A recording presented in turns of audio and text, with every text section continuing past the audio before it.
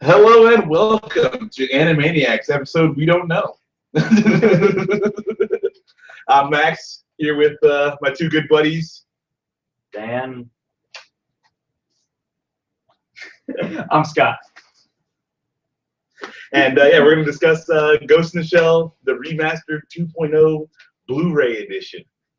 Or did it come out on DVD also? It's probably DVD too. Yeah, but we watched the Blu-ray because we're cool. Yeah.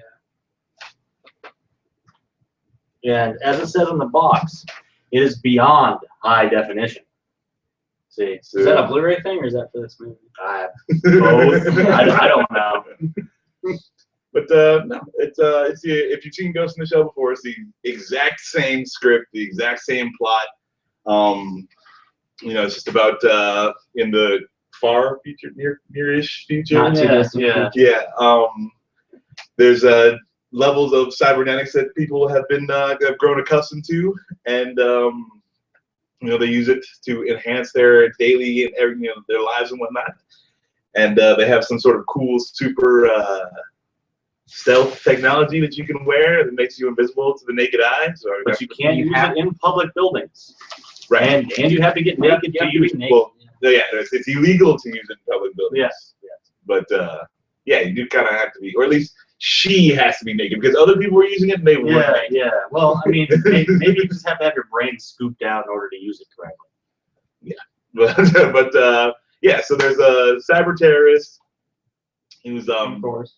who's hacking people and taking over, like giving them false memories and making them do hack, do his little hacking thing for him.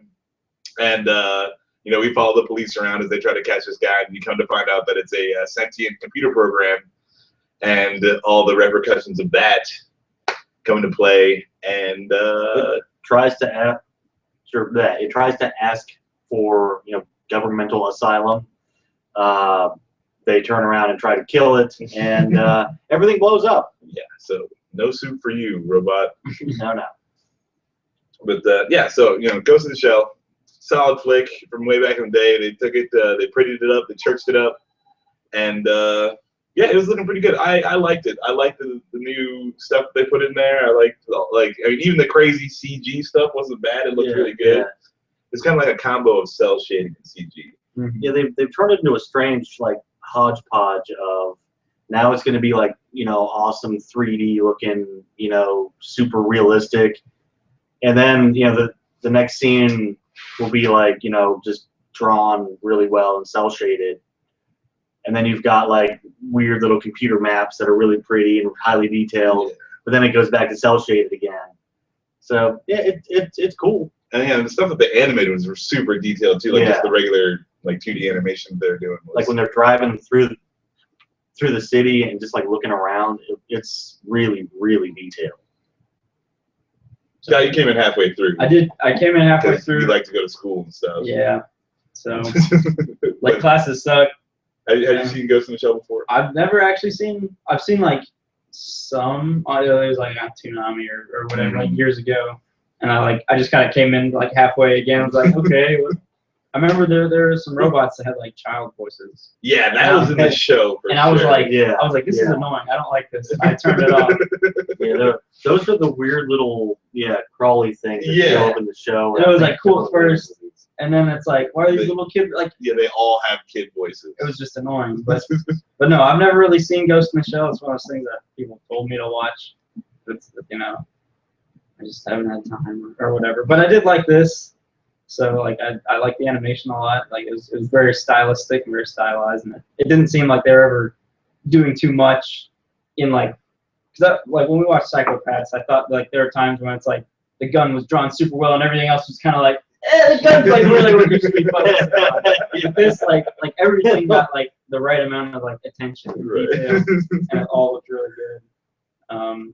It was just super smooth. The voice acting I thought was good.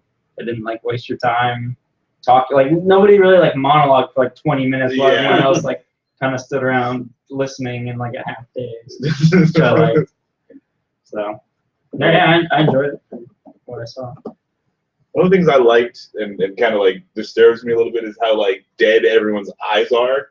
Yeah. Like I think that's kind of intentional. right, yeah, it's because because everyone's got like robot eyes and shit. But like it was, it's creepy the way that or like some people will be in the computer program, so they're just kind of like zoned out, and like it looks like they just took a bunch of acid or something. Like their eyes are super wide, and they're like.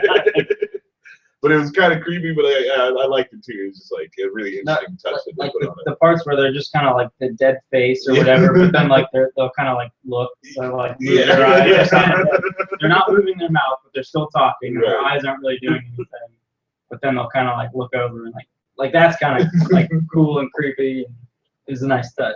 Yeah, I thought they did really well playing on. This is one of those where because it's a careful dance you have to do when you're dealing with like people in robots. It's like how robotic do you want to make them? Yeah. And then like this is really good, I thought. And like they even go into like she's swimming in the ocean one time, and the dude's one of her friends is like, "What are you doing swimming in the ocean? Like you're a robot, you're gonna sink to the bottom." And she's just like, "Well, I liked it, whatever." But yeah, so like, it was really good that they definitely talked about like the different. How your life is different if you have these things, and they didn't go overboard with it though. They didn't like underplay it. You were just like, okay, well, they're just people walking around. Like there's no. Yeah. And like early at the end when she's trying to like open the tank up, and she like rips herself, and like that was cool just because like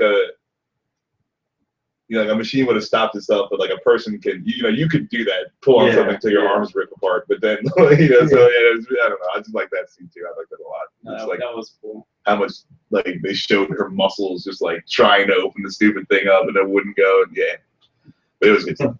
The dude comes by and like shoots it with the regulation standard big gun. Yeah, I like that. He takes out a tank, so Apparently he just had that in his trunk. Yes. Because he just was. No, that's why he was late. He had to stop at home and get it. Yeah. Again, he's out of his apartment. That makes it better. Yeah, let's get back to the brain scooping for a second. That's the most messed up part of the whole show, I thought. In the beginning, all right, because the bad puppet master dude is using like regular people to do his job. What he does is implant, memories into them. So this poor trash guy thinks that his wife is cheating on him, and her lawyers won't let him talk to his kid. To his kid.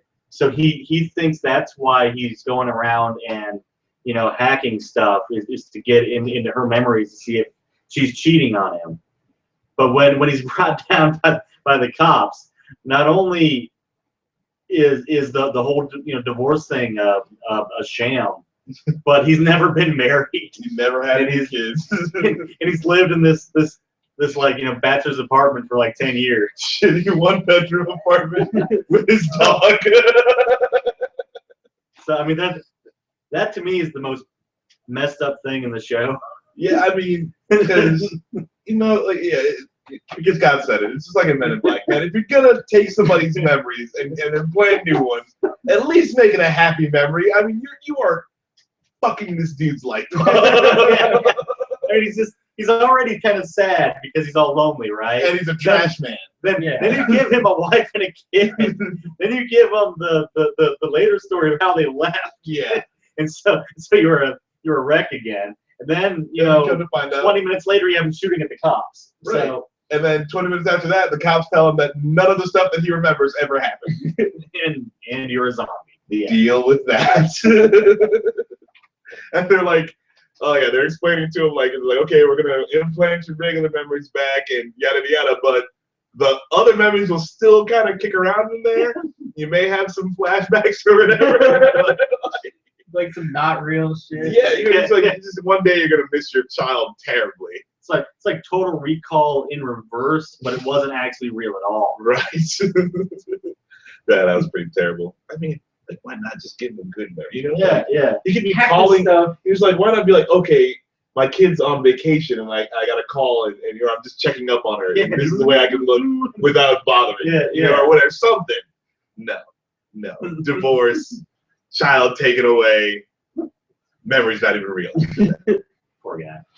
But yeah, no, it was good. The only thing that I had a problem with really was the score. I did not like the music at all. Like there'd be like crazy action going on, and it's just this real slow, like almost I want to say like churchy kind of like I don't know if it's churchy, like a mausoleum kind of like music, just like subdued, like like, and it was just I kind of liked it, to be honest. I maybe don't, but yeah, I think they were going for like an old style like Shambara film action, like